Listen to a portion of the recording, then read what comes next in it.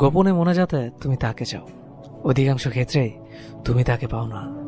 প্রতিটা মনে যাতে তাকে চেয়েও কেন পাও না সেটা তোমার যুক্তিতে ধরে না। তুমি আল্লাহর প্রতি অভিমান করো, প্রতিটা মনে যাতে তাকে চেয়েও কেন পাও না সেটা নিয়ে তোমার আফসোসের অন্ত নেই। তোমার মনে যাতে তুমি যাকে চেয়েছ সে হয়তো আবার গোপন মনে যাতে অন্য কাউকে চেয়েছে সব সময়। এজন্যই খোদা তোমার দোয়া কবুল করেনি। আবার হতেও পারে সে তোমাকে চেয়েছিল, কিন্তু আল্লাহ তাআলা তো ভবিষ্যৎ জানেন।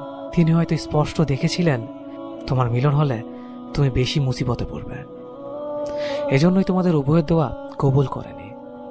দেখো না, প্রেম করে বিয়ে করেছে এমন টাইপের অধিকাংশ ফ্যামিলিতে প্রায় ঝগড়া হয়, ডিভোর্স হয়। প্রতিটা দিন প্রার্থনা করে একজনকে চেয়েছো তুমি, আল্লাহ তাআলা তোমার মঙ্গল চেয়েছে বলেই তার সাথে তোমার মিলন হতে দেয়নি। তার সাথে মিলন হলে হয়তো তোমার বড় ধরনের বিপদ হতো। সেই বিপদ থেকে আল্লাহ তাআলা তোমাকে বাঁচিয়েছে। ওনার প্রতি অভিমান না করে বলেই ফেলো আলহামদুলিল্লাহ। চিন্তা করো না, তুমি যাকে চেয়েছো তার চেয়ে বেটার কাউকেই উনি একদিন তোমাকে দিয়ে দেবে। এক্সকে এক্স না ভাবলেই সমীকরণটা পানির মতো সহজ।